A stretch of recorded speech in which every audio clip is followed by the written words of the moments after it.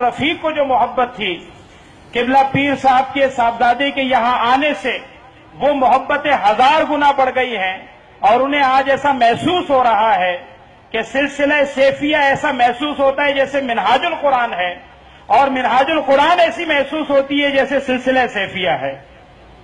ماشاءاللہ۔ اب میں آخر میں جگر گوشہ شیخ المشائخ سیف ملت پیر سیف الرحمان اخندزادہ رحمت اللہ تعالی علیہ کے چھوٹے صاحبزادے جو ہماری آنکھوں کے نور نظر ہیں، ہمارے دلوں کی دھڑکن ہیں، اور جنہیں دیکھ کر یہ تمام کے تمام سالکین بے قابو ہوئے جاتے ہیں، اس عظیم شخصیت جنہوں نے ہماری دعوت کو قبول کیا اور ہماری دعوت پر اسپیشلی کراچی تشریف لائے، میری مراد احمد سعید المعروف یار جان صاحب سے ہے کہ وہ تشریف لائیں اور اپنے خیالات کا اظہار فرمائیں۔ نعرہ تکبیر! ایسے نہیں، ایسا محسوس ہو رہا ہے کہ آپ لوگوں نے دوپہر کا کھانا نہیں کھایا۔ نعرہ تکبیر! نعرہ تکبیر! نعرہ رسالت! نعرہ رسالت! نعرہ رسالت! نعرہ رسالت! نعرہ غوثیہ! نعرہ تحقیق! علامہ احمد سعید صاحب۔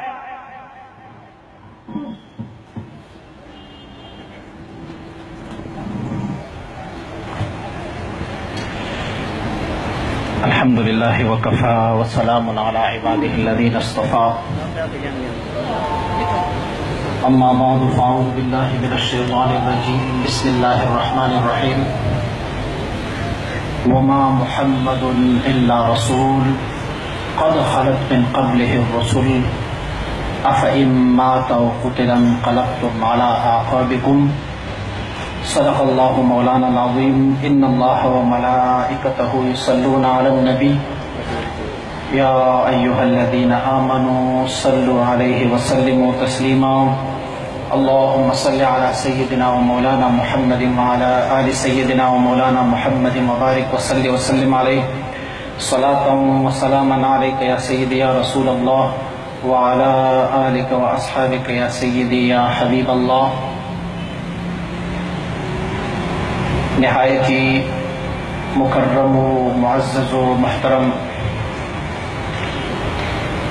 میں چاہتا ہوں کہ کسی ایک بندے کا اکیلے میں نام نہ لوں، بلکہ میں نام لوں تحریک منہاج القرآن کے اکابرین کا، اور اسپیشلی منہاج القرآن علماء کونسل کا۔ الحمدللہ ہماری رفاقتیں، ہماری سنگتیں، ہماری محبتیں، ہمارا اٹھنا بیٹھنا، ملنا جلنا، یہ محض اللہ رب العزت کی رضا کی خاطر ہے۔ میں نہایت ہی مشکور ہوں قبلہ شیخ الاسلام پروفیسر ڈاکٹر محمد طاہر القادری صاحب کی، اور اس کی اس عظیم الشان عالمی تحریک کی۔ میں سمجھتا ہوں کہ ان کی محبتیں ہیں جنہوں نے ہمیں لاہور سے کھینچ کے کراچی بلایا۔ حضرت والدی و سیدی اس مبارک کی شان، ان کی عظمت اور ان کا سیرت بیان کرنا کم از کم میری بس کی بات نہیں ہے۔ میں اکثر و بیشتر جہاں کہیں بھی جاتا ہوں، میں اپنی مجمع میں دیکھتا ہوں، اپنے سالکین، اپنی مریدین، اپنی معتقدین میں سے دیکھتا ہوں، میں حضرت مبارک رحمۃ اللہ تعالی مبارک کے ساتھ وابستہ رہنے والے ایک چھوٹے سے بچے کو اٹھاتا ہوں اکثر و بیشتر مجمع میں۔ میں جب اسے اٹھاتا ہوں تو لوگوں کو دکھاتا ہوں کہ اگر آپ نے حضرت اخندزادہ سیف الرحمان رحمۃ اللہ تعالی کی سیرت اور صورت کو دیکھنا ہے تو اس بچے کو دیکھ کے ذرا تصور۔ ہماری اس مجلس میں بھی میرے خیال میں ایک چھوٹا سا بچہ، بیٹا آپ ذرا کھڑا ہو جائیں، آپ کو نظر آئے گا۔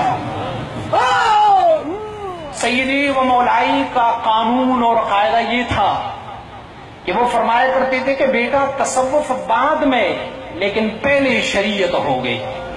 شریعت اصل، شریعت جڑ، اور طریقت اس اصل کے لیے دیواریں، شریعت بنیاد طریقت اس پہ مکان، شریعت درخت کی جڑ اور طریقت اس کی شاخیں، حقیقت اس شریعت و طریقت کی امتزاج کے بعد ایک خوبصورت حقیقت کے نمونے میں جب. اور حضرت مبارک رحمۃ اللہ تعالی مبارک میں صرف ایک مثال عرض کرنا چاہوں گا کہ جو اللہ رب العزت کے دوستوں کے ساتھ حضور نبی اکرم صلی اللہ علیہ وآلہ وسلم مبارک کے ساتھ عشق و محبت کی حال کیا ہوتا تھا. آپ سب کے مشاہدے میں ہے حضرت علامہ عبد الحکیم شرف قادری رحمۃ اللہ تعالی جید عالم دین گزرے ہیں اور اہل سنت کا سرمایہ نہایت محقق و مدقق.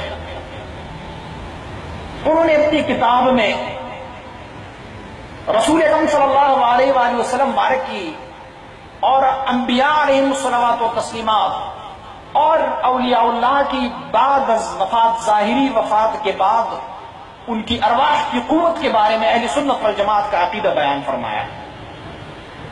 کافی دلائل دینے کے بعد فرماتے کہ میری شیخ سیدی سیف الرحمان رحمت اللہ تعالی علیہ ایک دفعہ میں نے پوچھا کہ حضور آپ کو آقا نامدار صلی اللہ علیہ وسلم مبارک کی زیارت کتنی دفعہ نصیب ہوئی؟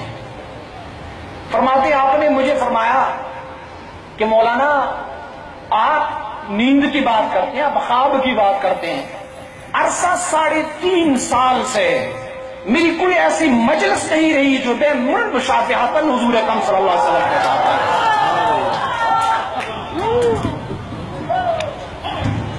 جب آپ سب کو معلوم ہے جب حضرت کے خلاف لوگوں نے فتوہ بازیاں شروع کی، لوگوں نے تقریریں شروع کر دی، ہمیں فرمانے لگے میرے بچوں میرا کام کیا ہے؟ وہ کام تھا جو رسول اکرم صلی اللہ علیہ وسلم مبارک کا کام تھا. اللہ رب العزت نے حضور اکرم صلی اللہ علیہ وسلم کو فرمایا فاستقم کما امرت، تم استقامت میں رہو. جو اللہ کا حکم ہے، جو اللہ کے نبی کا حکم ہے اس پہ میں مستقیم ہوں، چاہے پوری دنیا میری مخالفت ہی کی نہ کرے. لیکن یہ حقیقت آشکارا ہے کہ ابتدا میں مشکلات ہے. ہمیں وہابی تک کہا گیا، یہ لوگ دین سے خارج ہے، وہاں بھی ہے. لیکن الحمدللہ والد محترم نے اپنی عمل سے، اپنی حب نبی صلی اللہ علیہ وسلم سے یہ ثابت کر کے دکھایا کہ وہ لوگ جو کبھی ہمیں وہابیوں کے طعنے دیتے آج ہمیں عاشق رسول صلی اللہ علیہ وسلم دکھاتے ہیں.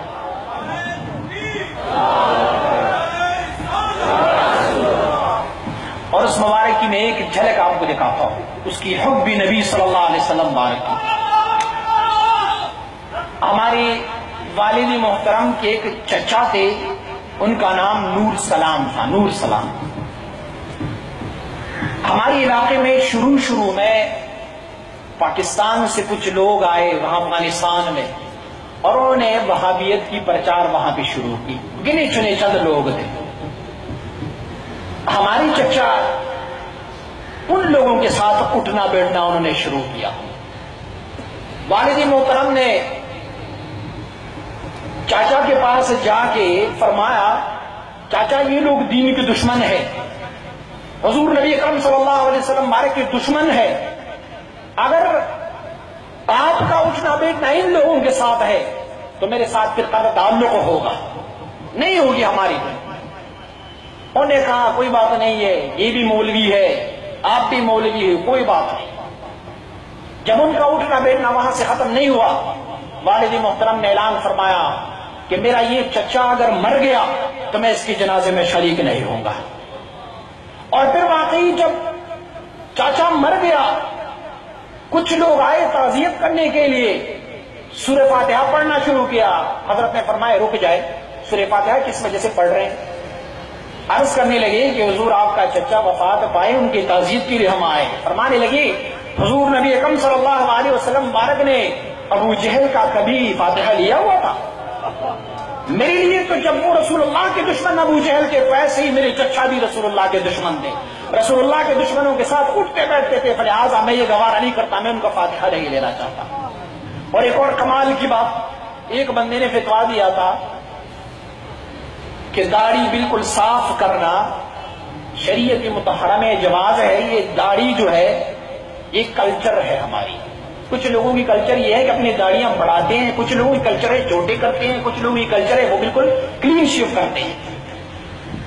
ہمارے علاقے کا وہ بڑا مشہور عالم تھا، جب وہ حضرت مبارک رحمۃ اللہ تعالی کی خدمت میں حاضر ہوا، مبارک صاحب کو ہم نے عرض کی کہ یہ وہ عالم ہے جن کا فتویٰ یہ ہے۔ جب وہ قریب آنے لگے ہاتھ ملانے کے لیے، مصافحہ کرنے کے لیے، تو حضرت نے اپنے دائیں ہاتھ کے بجائے بائیں ہاتھ بڑھا دیا۔ وہ عالم ذرا حیران ہوا، کہنے لگے میں مصافحہ کرنے لگا ہوں، فرمانے لگی میرا یہ ہاتھ معن رسول اللہ صلی اللہ علیہ وسلم مبارک کے ہاتھ پر پہنچا ہوا ہے، میں یہ گوارا نہیں کرتا کہ جو ہاتھ معن رسول اللہ صلی اللہ علیہ وسلم